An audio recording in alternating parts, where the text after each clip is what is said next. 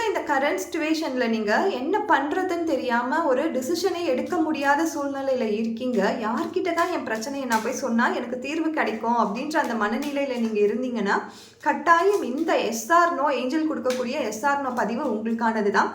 So என்னுடைய லெஃப்டில் இருந்து நான் ஸ்டார்ட் பண்ணுறேன். இது இன்ட்யூட்டிவ் ரீடிங்காக நம்ம பார்த்துடலாம்.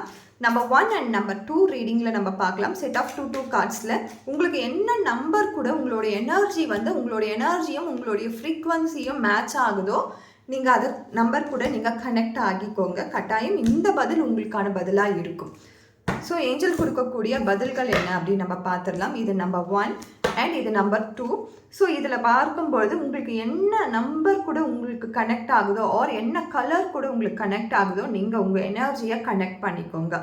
உங்கள் எனர்ஜியை கனெக்ட் பண்ணிவிட்டு ஏஞ்சல் கிட்ட இன்டென்ஸாக கேளுங்க. உங்கள் கேள்விகளுக்கான பதில் கட்டாயம் இந்த பதிவில் இருக்குது.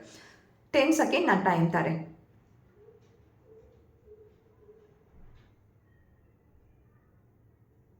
ஸோ நம்பர் 1 நினச்சவங்களுக்கு நீங்கள் மட்டும்தான் அதில் பிலீவ் பண்ணணும். இப்போ கரெக்டான டைம் கிடையாது. இப்போ நீங்கள் அதை வந்து அப்ரோச் பண்ணுறதுக்கான கரெக்டான டைம் கிடையாது. பட் நீங்கள் பிலீவ் பண்ணுங்கள், நீங்கள் நம்புங்க அந்த விஷயம் நடக்கும் அப்படின்ட்டு.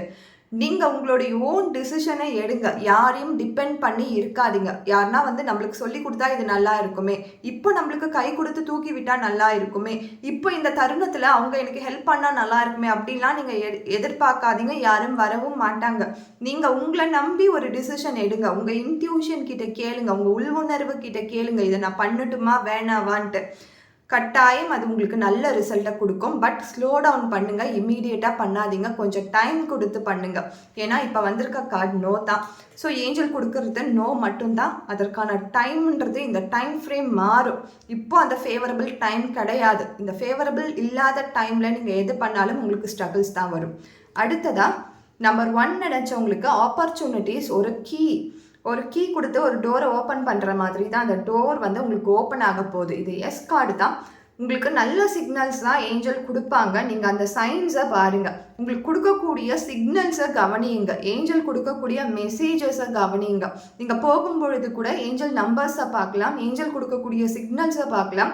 ஒரு விஷயத்தை தொடங்கும் பொழுது ஒரு நல்ல அப்ரோச் உங்களுக்கு வந்து நடக்கும். ஸோ நீங்கள் எதை நினச்சிருந்தாலும் ஏஞ்சலும் யூனிவர்ஸும் உங்களுக்கான ஆப்பர்ச்சுனிட்டிஸை கொடுப்பாங்க. உங்களுக்கான டோர்ஸ் ஆர் ஓப்பன். ஸோ ரெண்டுமே பார்க்கும் பொழுது ஓரளவுக்கு காம்ப்ரமைசிங்கான ஒரு நம்பர்ஸ் தான் வந்திருக்கு. நம்மளுக்கு நம்பர்ஸ் ஆஃப் ரீடிங்ஸ் தான் வந்திருக்கு.